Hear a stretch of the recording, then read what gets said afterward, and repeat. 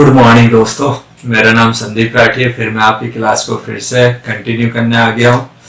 हम टैली की क्लासेस चल रही है जिसमें लेजर वाउचर और आपका cell purchase payment receipt Contra ये सारी आप कंप्लीट कर चुके हो। आज जो हमारा टॉपिक है वो है सेल्स रिटर्न और परचेज रिटर्न। हमारे सामने ऐसी भी एंट्री आएंगी कि हमारे से कोई माल ले गया या हमने किसी से परचेज किया और उस माल में कुछ प्रॉब्लम निकली आई जिसकी वजह से उसको वापस करना पड़ा। तो वापस करने की एंट्री किस तरीके से आप टैली में करोगे वो आज आपकी क्लास में मैं आपको कंप्लीट कराऊंगा, जिसमें सेल्स रिटर्न भी सिखाऊंगा और परचेज रिटर्न भी। लेकिन यहाँ पे ध्यान देने वाली ये बात है कि जो माल, जैसे कि मान लो 500 आपने मोबाइल खरीदे और उसमें से 200 मोबाइल वापस करने पड़ गए, तो यदि आपने किसी को बेचा है तो बेचने को बोलते हैं सेल्स। सेल्स माल को यदि वो वापस आ जाता तो उसकी एंट्री की जाती है सेल्स रिटर्न में।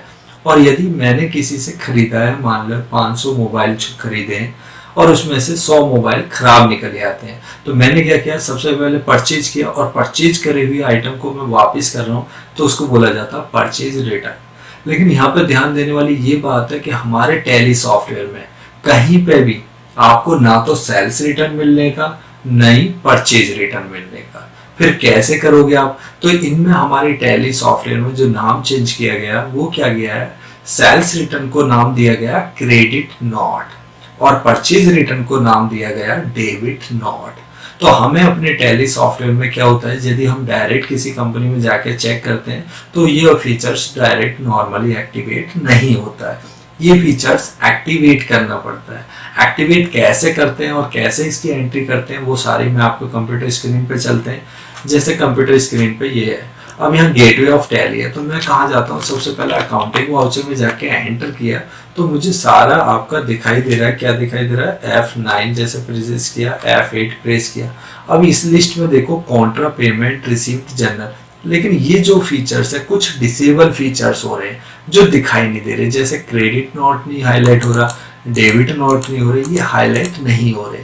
तो ये हाईलाइट कब होंगे, जब आप इसको एक्टिवेट करोगे। अब एक्टिवेट कैसे करते हैं फीचर्स, तो उसके लिए क्या करोगे, सबसे पहले गेटवे ऑफ टैली में जाओगे, यहाँ पे प्रेस करोगे F11। F11 के बाद अकाउंट फीचर्स या इन्वेंट्री, तो इन्वेंट्री फीचर्स खोलने के लिए होता है F2 प्रेस करा और यहाँ पे जब आप सेकंड कॉलम में आओगे इनवॉइसिंग में तो यहाँ पे एक ऑप्शन आ रहा है use debit and credit note. क्या आप debit and credit note use करना चाहते हो? तो आपने कहा हाँ, तो इसके लिए आपने प्रेस किया यस करने के बाद वो कहता है इनवॉइस मोड को भी मैं फीचर्स को एक्टिवेट करूं, तो आप कहोगे बिल्कुल इनवॉइस वाला फीचर्स भी हमने एक्टिवेट कर दिया।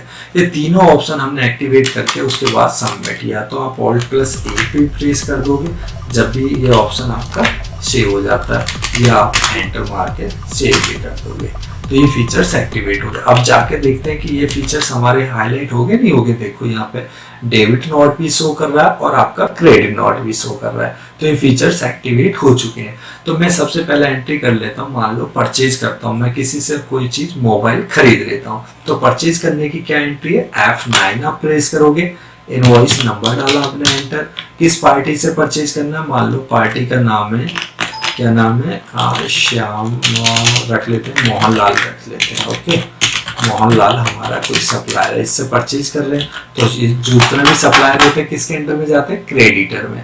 एंटर मारा और इसको सबमिट कर दिया आपने, ये एंट्री कंप्लीट होगी।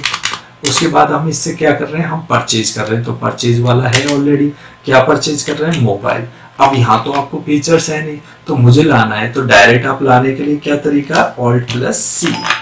जैसे आप Alt+C दबाओगे आ गया, तो आपने लिखा मोबाइल। मोबाइल किस ग्रुप में, फिनिश गुड्स में, और किस में लेना चाहते हो, मान लो नंबर्स में। अब यहाँ नंबर्स तो है नहीं, तो इसके लिए मैंने क्या है, फिर से मैं दबाऊंगा Alt+C और यहाँ नंबर्स आपने एंटर कर दिया। ये आइटम की एंट्री होगी, कितने पीस आप खरीद रहे हो, मान लेते हैं 500 पीस खरीद रहे हैं, और क्या रेट सेट से आप ले रहे हैं, मान लेते हैं हम कितने, 4200 रुपये के हिसाब से, ज़्यादा हो जाएगी अमाउंट, मान लो 50 ले लेते हैं, 4200 रुपये के हिसाब से। ये एंटर मैंने सबमिट कर दिया। अब मैंने कब परचेज करा है, 2 अप्रैल को 69 नंबर से मैंने इसको परचेज कर लिया। अब मुझे फ्यूचर में पता चला कि यार इसमें तो कुछ माल हमारा खराब निकल आया है। तो खराब कितना निकल आया है, मान लो 4200 का लिया था 50 पीस, उसमें से 10 पीस आपके वापस करने हैं मुझे। तो वापस करने के लिए आप क्या करोगे, आप यहाँ पे दबाओगे एंटर, सबमिट कर दिया हमने ये एंट्री। इसके लिए अब F2 से पहले मैं डेट चेंज कर लेता हूँ। तो ये 3 अप्रैल एंटर मारा तो अभी ले ही नहीं रहा। क्यों नहीं ले रहा, मैंने आपको लास्ट स्टार्टिंग में बताया था कि ये हम जो सॉफ्टवेयर यूज कर रहे हैं वो एजुकेशन मोड यूज कर रहे हैं। और एजुकेशन मोड में क्या प्रॉब्लम होती है, उसमें यही प्रॉब्लम होती है कि आप सिर्फ महीने की पहली और दूसरी तारीख की ही एंट्री कर सकते हो। इसके अलावा आप और कोई कर लेता हूँ, 1 मई एंटर कर देता हूँ। ये 1 मई के आगे उसके बाद है।